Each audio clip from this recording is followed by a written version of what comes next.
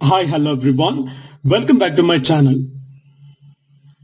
Today let's talk about Sir Thomas More's work, Utopia.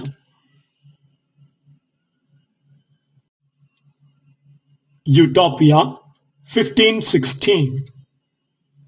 Sir Thomas More, 1478-1535.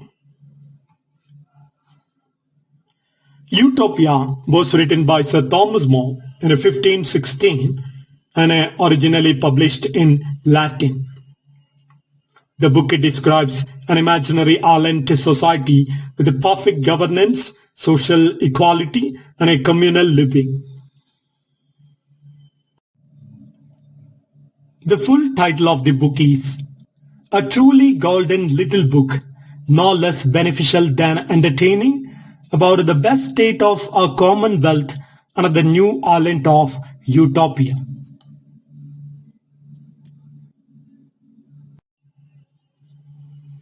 The title Utopia means no place or good place in Greek, indicating both an ideal society and an impossible dream. The opposite of this word is dystopia, which refers to an imaginative society that is deeply flawed, oppressive, and undesirable. Through the work Utopia, Thomas More critiques the political, economic, and social issues of the 16th century Europe while presenting an alternative fictional society. Utopia is both a social critique of 16th century Europe and a thought experiment about an ideal society. It basically questions the nature of justice, wealth, work, and governance. Thomas More and Niccolo Machiavelli were contemporaries, and their ideas clashed. While Machiavelli's work, The Prince, promotes a realpolitik and a ruthless pragmatism, Thomas More's Utopia imagines a society based on moral and communal values. Many scholars read Utopia as a moral response to Machiavellian cynicism. After the publication of this work, Thomas More's work has influenced political philosophy, socialism, and utopian literature for centuries. The term utopia is now used to describe any perfect or possibly unattainable society. Utopia is not just a fantasy, but a deep reflection on real-world problems. Thomas More highlights the flaws of European society while presenting an alternative vision. However, he leaves it up to readers to decide whether utopia is a dream worth pursuing or just an impossible ideal.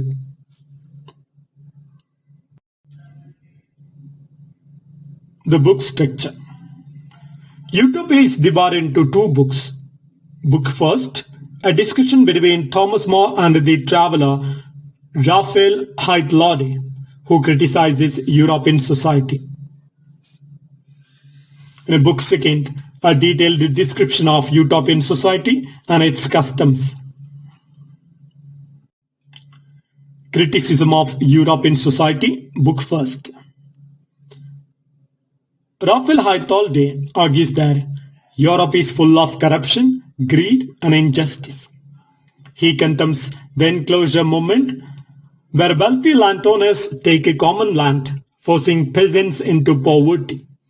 He condemns the harsh punishments for crime, particularly execution for theft, which he sees as unfair. He condemns greed among rulers, who focus on war and a personal gain rather than a well-being of people. Thomas More uses Haidlaude's speech to highlight real problems in England while contrasting them with Utopia's solutions. The Utopian Society, book second. Haidlaude describes Utopia, an island where private property does not exist. Everything is owned communally. Money is abolished. Gold and silver are used for chamber pots and chains for criminals, showing that wealth is meaningless. People work only 6 hours a day. No one is idle, so there is no poverty. Education and learning are highly valued. Everyone is encouraged to study philosophy and science. Religious tolerance exists, but atheists are looked down upon because they have no moral guide. Crime is rare, laws are simple, and criminals are rehabilitated rather than executed. Government is democratic, with the elected officials governing fairly.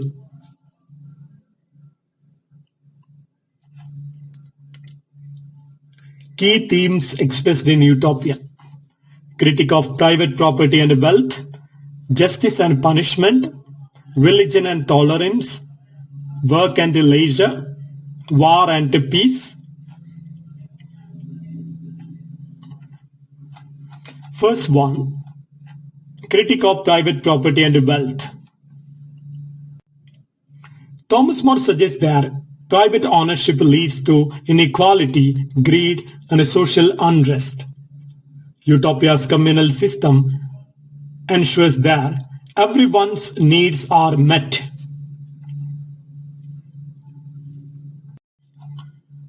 Justice and punishment. Unlike England, where petty crimes receive severe punishment, Utopia focuses on rehabilitation rather than execution.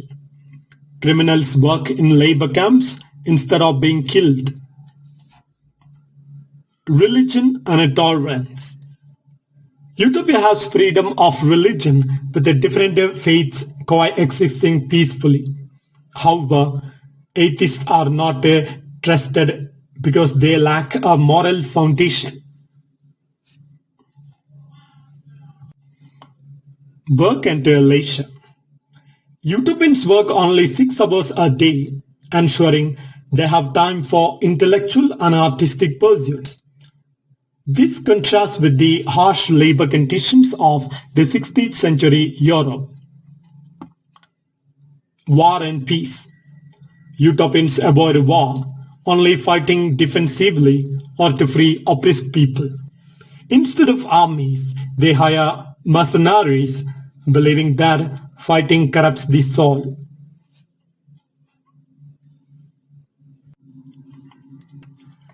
Now the fifth theme is the question, is Utopia realistic?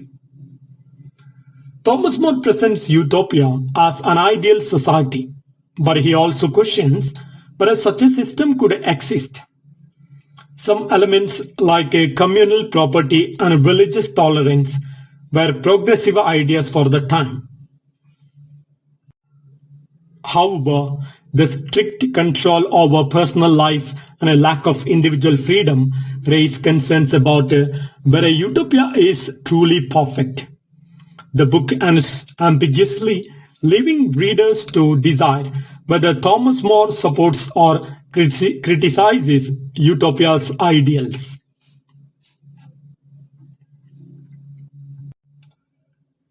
Now let's have a look at the main images and symbols Thomas More used in the book Utopia. Thomas More's Utopia, published in 1516. Several powerful images and symbols are used to critique European society and imagine an alternative political order. The first image is the island of Utopia, the symbol of isolation and perfection. The island forms physical separates Utopia from the corrupt world, enabling the development of a rational, ideal society. Represents the human potential to reshape society through planning and reason. Artificiality. Utopia was originally part of the mainland, but it was separated by human engineering, suggesting that ideal societies are made, not found. Then the next symbol is the name Utopia. It is from Greek autopos, that means no place, and also utopos, that means good place. The duality reflects irony. The perfect society is both ideal and unreachable. It underscores Thomas More's ambiguity. Is this a serious proposal or a satire? The next symbol, gold and jewel. In a utopia, gold and jewels are used for chains of slaves and chamber pots, not wealth. This inverts traditional values, showing the absurdity of materialism and a class distinction. It symbolizes a society where virtue is prized over appearance or wealth. The next symbolism is through slavery. A controversial but intentional image in a utopia. It reflects how the society deals with the criminals and war captives, perhaps echoing ancient practices.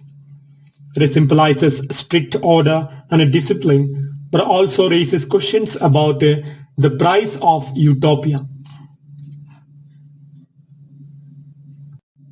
The next symbolism is through uniformity and sameness.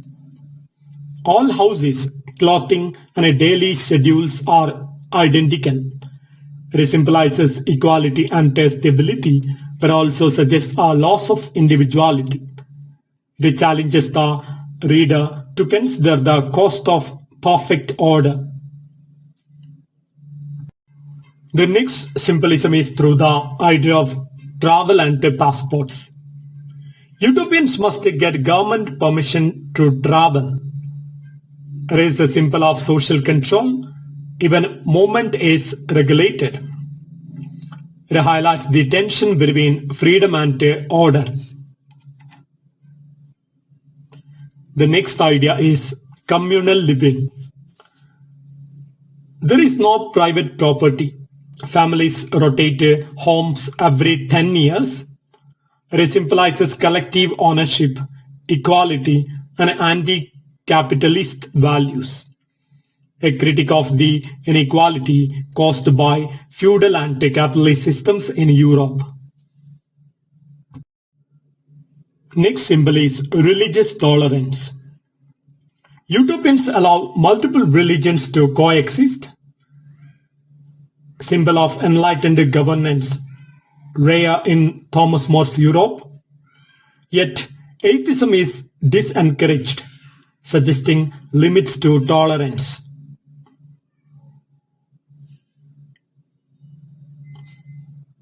The next symbolism is through the name Hythlode, that is the narrator. His name means speaker of nonsense in Greek. That is, Hythlos means nonsense plus deia, that means speaker. Hythlode symbolizes philosophical idealism or perhaps naive impracticality. His voice distances Thomas More from the ideas, perhaps allowing critique without a full endorsement. The next symbolism is through the river Anedrus. The main river of Utopia, named from Greek, that is Anedrus, meaning no water. Another ironic symbol suggesting things are not what they seem. It may reflect the illusionary nature of perfection. Now let's have a look at the main quotations from Utopia. For what justice is there in this, that a nobleman, a goldsmith, a banker should live idly, while the poor who work harder than beasts live in misery? Here Thomas More critiques the stark economic inequality in European societies.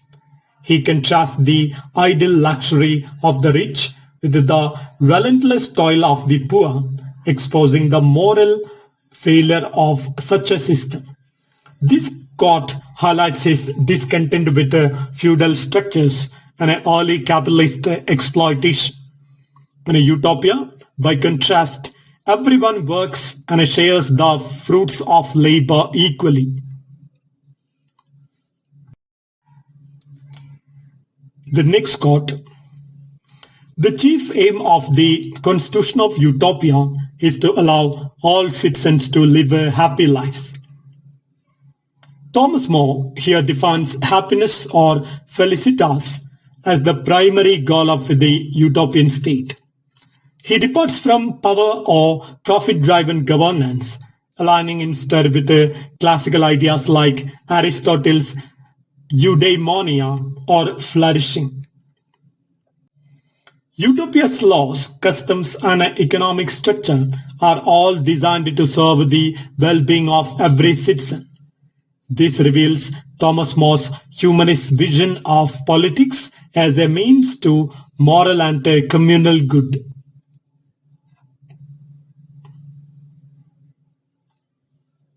The next quote. They have no lawyers among them, for they consider them as a sort of people whose profession is to disguise matters. Utopians reject complex legal systems and the professional class of lawyers.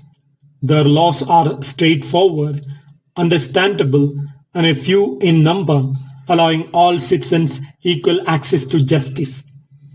Thomas More criticizes how, in Europe, legal systems often serve the rich and obscure justice. This is a call for clarity, simplicity, and a fairness in governance. The next quote. Private property must be abolished. Thomas More argues that private ownership leads to greed, crime, and inequality. Utopia operates on collective ownership, where goods are stored in communal warehouses and distributed as needed. This revolutionary idea anticipates later socialist ideologies.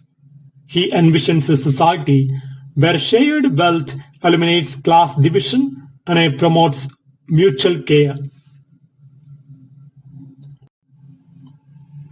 Now the next quote.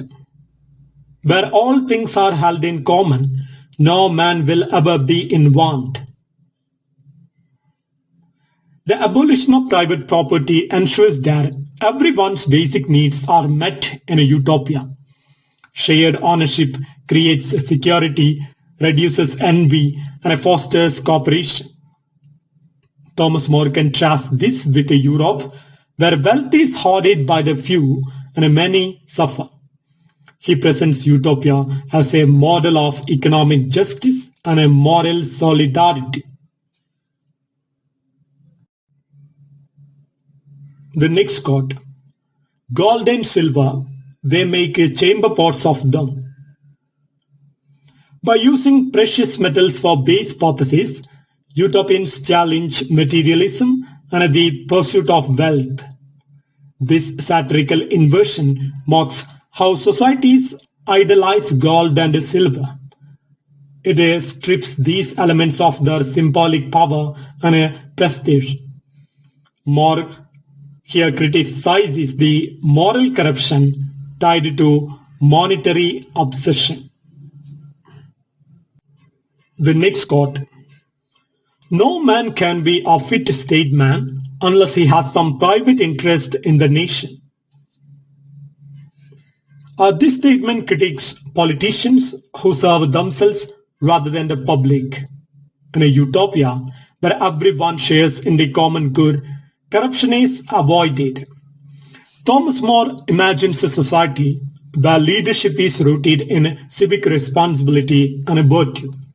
He contrasts this with the self-serving politics of his own era.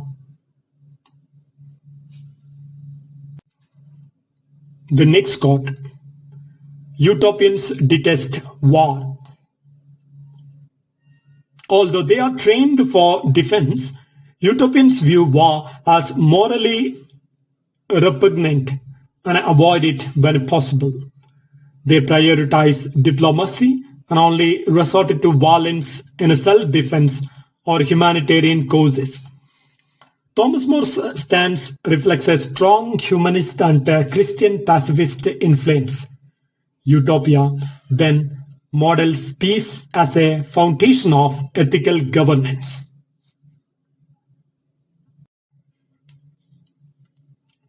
The next quote: "They kill no living creature merely for pleasure." Utopians respect life and refrain from hunting or harming animals without necessity. Their attitude toward animals reflects moral restraint and ecological awareness. Thomas More's depiction challenges Renaissance Europe's popular practices of blood sport and cruelty. It reveals a vision of harmony between humans and nature. The next quote: "They exchange houses every 10 years." To prevent the attachment to material possessions and ensure equality, utopians rotate houses. This practice discourages pride and envy, reinforcing the idea of shared community. It also underlines the rejection of property as a status symbol.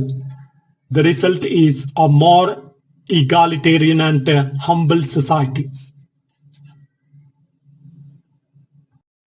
The next quote: "No idle person is allowed in the Commonwealth." Utopia enforces universal employment. Everyone contributes through productive labor. Idleness is seen as both wasteful and socially dangerous. By involving all citizens in meaningful work, the society achieves balance and dignity. This also reflects Thomas More's belief in the moral value of labor. The next quote: "Religious tolerance is allowed." Utopia allows citizens to follow different religions so long as they respect others' beliefs. This was a revolutionary idea in an age of religious persecution and intolerance. Thomas More's embrace of pluralism reflects Renaissance humanism and anticipates modern secular governance. However, atheism is discouraged, revealing the limits of utopian tolerance. The next quote: "Philosophy governs their lives." Utopians shape their laws and customs based on reason and ethical reflection. Philosophy is not abstract but practical, guiding daily behavior and public policy. This ideal echoes Plato's vision of the philosopher king and aligns with the humanist values. It contrasts sharply with the societies driven by tradition, superstition, or ambition. The next quote: "They have very few laws." Fewer laws mean greater accessibility and less room for manipulation. In a utopia, law is meant to serve the people, not to control or confuse them. This reflects Thomas More's belief in justice through simplicity. It also criticizes the convoluted and corrupt legal systems of his day. Now the next quote: "Every family has a bondman." Utopia includes slaves, usually criminals or prisoners of war, who serve households. While this introduces ethical tension, it reflects a pragmatic approach to crime and labor. Thomas More may use this to provoke debate rather than endorse the practice outright. It reveals utopia's imperfections and invites moral scrutiny.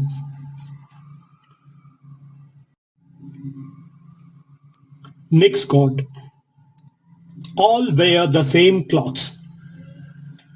Uniform clothing in a utopia discourages vanity, reduces waste, and eliminates class distinction. This reflects the broader rejection of superficiality and status-based identity. It encourages humility and solidarity among citizens. However, it may also raise concerns about individuality and expression. The next quote. Pleasure is the end of life. Utopians define pleasure as virtuous and rational health, education, and a civic joy, not a mere indulgence. Thomas More's ethics borrow from the European thought, softened by Christian values. He challenges the opposition between virtue and pleasure seen in medieval morality. In Utopia, the two are reconciled in a balanced moral life. The next quote. They scorn foreign travel. Utopians restrict travel to maintain social cohesion and prevent the spread of corrupt ideas. This policy favors order and uniformity over freedom of movement. It reflects our tension between collective discipline and personal liberty. Thomas More critiques both wanderlust and insularity. The next quote. Every house has a garden. Gardens in a utopia symbolize health, contemplation, and harmony with nature.